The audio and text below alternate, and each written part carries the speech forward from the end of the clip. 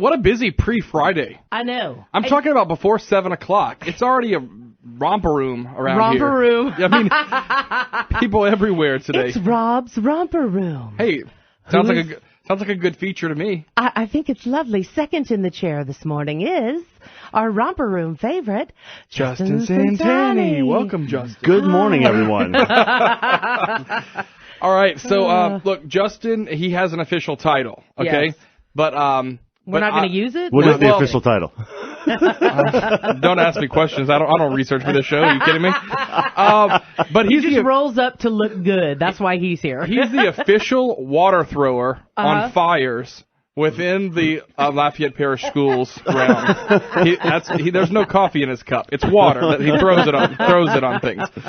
So big meeting last night at Lafayette High. You had a town hall style open house, whatever you want to call it, meeting, and a lot of good out of it. Yeah, okay, so I want to know, what were the big overriding issues, number one, and did you get participation? Because I always worry about when we have town hall meetings that sometimes people, even though they're there, may be hesitant to discuss issues, but how'd it go? Oh, so we had some participation last I was night. gonna say, it's usually not a problem when Justin's involved. No, so I have those meetings once a month, and I was joking with somebody the last time I had it at Lafayette High because I rotate them around the schools in District 6. Sure. The last time I had it in Lafayette High, 2 people showed up, and we had a nice personal conversation about what they were concerned about with the school system. They got some good one-on-one, but last night we had about 75 people show up, and it was their concern over possibly moving some schools of choice academies from Lafayette High as a part of the rezoning effort that we're going through. Yeah, so it's going to have to be done in terms of the population. You have so many kids at Lafayette High, so something's got to be done. Well, it's not even necessarily that the school is full, even though it is over full. It's that whenever we open the new high school and we're going to take a very large chunk of the population of Como and put them at the new high school, well, then it's incumbent upon us to refill Como to the extent that it can sustain, right? Yeah. And if you're talking about filling a school, especially at the high school level, the place that you're going to turn is not one of the other 4 high schools that's under 1,200 students. You're going to look at the 2 high schools that are 2,000 and above, Acadiana and Lafayette High. Yeah. So what kind of feedback did you get? The parents and the students, they don't want to leave Lafayette High. Yeah. And I understand that. Yeah. I mean, Lafayette High is a wonderful school. The culture there is fantastic. And that's certainly I understand. Yeah. They don't want to leave Lafayette High. What our job is to make sure that we don't impact the education of the children in such a way that it's detrimental to their progress. Yeah. Now, is it just that they don't, I guess once you're into something or once you know that your family, maybe kids are coming up, they're in middle school or something and they know this might be a possibility. I guess that's kind of all part of it for them? Well, of course. I mean, it's understandable, right? Nobody likes change, and certainly people have made their plans as in the schools that they attend and where they live, assuming that they're going to get to go to a certain school. But at the same time, the school system has a responsibility to not put so many children. Yeah. I mean, the way I always say it is in the context of last spring when we rezoned some parents from Green Tea Linden to Catherine Drexel. Yeah. When they said, we don't want to leave. We're okay with having 28 students in a classroom. I said, yeah, but the people who are zoned for this school, what do I tell them? Right. That their children have to have 28 kids in the class because I don't want to move you. Right. So, I mean, no one's going to be happy, and we understand that. The thing that we're trying to do is just make as reasonable a decision as possible. Okay. While we're on the Lafayette High subject, I want to switch just a little bit, but still kind of keeping in the high school theme. There was some discussion. We talked to Joe Craig with the Lafayette Parish School Board, and he sits on the discipline committee, and we're talking about the school uniforms going from 3 choices for tops and bottoms down to 1, but there is kind of room for negotiation. You're not going to vote on that until, about another week and a half? I think it's going to be on April 6th, so 2 weeks from yesterday. Yeah. Now, have people contacted you? Yes. Okay. Is it a hot button issue for them, or is it because if I've already got my kids' clothes for this year, I would be so we're not mad. Changing it for this school year. Okay, so it would be in the future for next. We learned we heard them loud and clear last August whenever we had kind of the kerfuffle at Lafayette High over the dress code.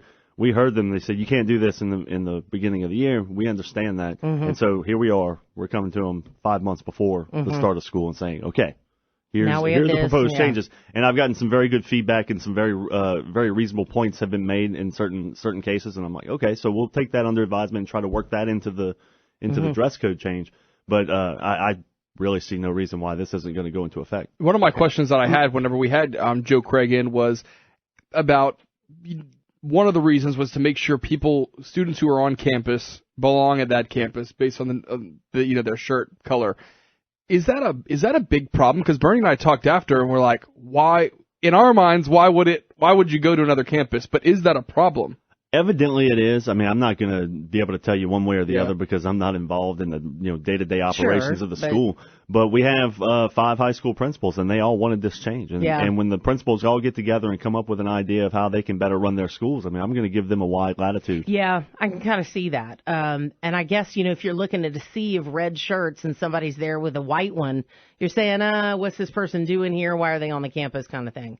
Now, are they going to give more than one option, do you think? Is there been a lot of weight given to, not just maybe the khaki trousers, but maybe khaki and black trousers? I mean, at least give these kids some options.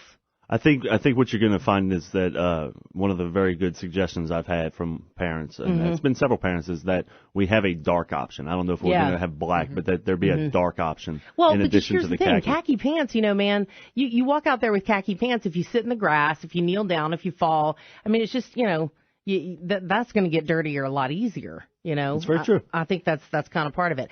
Sticking on the high school theme once again, let's move to the naming of the new high school. Everyone's favorite topic. Yes, it is. But, Lord.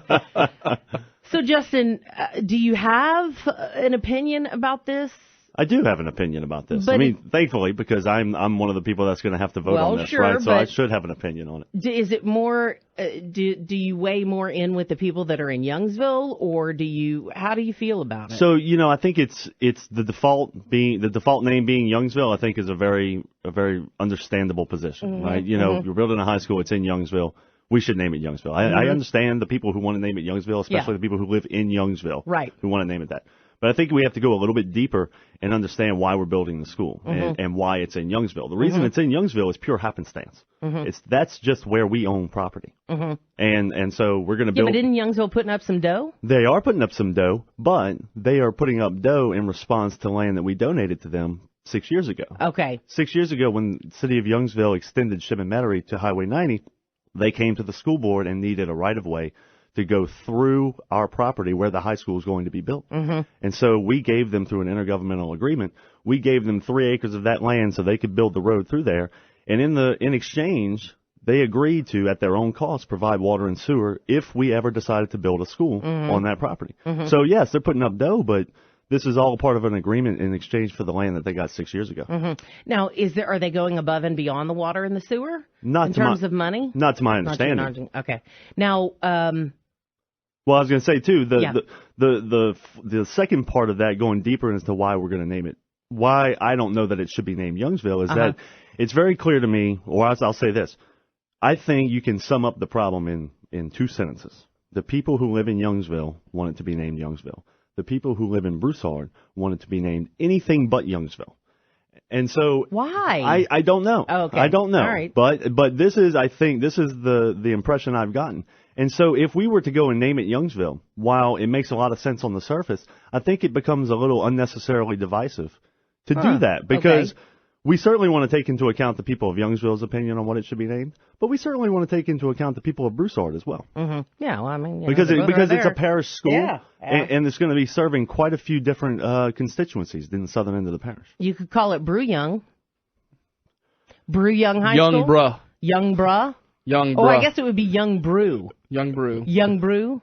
Hey, Youngsville - Broussard? I don't know. I like Young Brew. I mean, you get a few letters from that one, you get a few letters from the other one. Well, and I'll tell you, everybody's going to be unhappy, so there you go. How about this? Why don't we do, why doesn't it be Southside High, and we have shrimp po' boys and donuts every day there from Southside Bakery?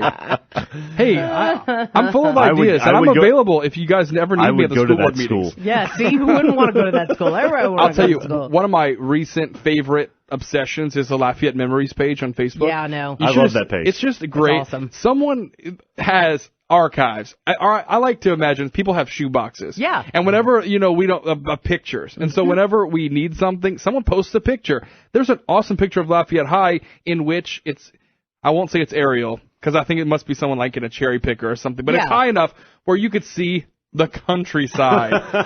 You could see all the way to where Eros Landry is, but it's just fields. And it never hit me until then, and we've talked about this so many times with you, about what the purpose was when it was built and what the situation was. And whenever you look at it, you're like, okay, I get it. All this has now turned into that one block, totally enclosed.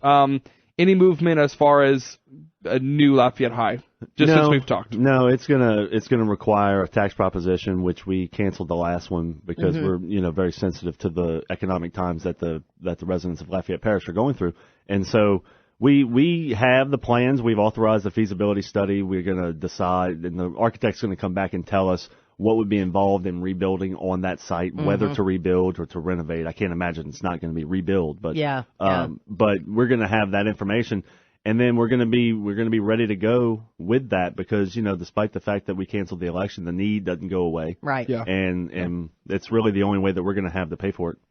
Justin Centanni, okay, with the official title, Lafayette Parish School Board member, District 6. Yes. Water thrower extraordinaire. Justin We're Centanni. going to call him WT for short. Next time we have questions, we're going to call you back, so don't block us or anything. Yeah. Oh, I don't. Yeah. I don't. He always accepts text. It's nice.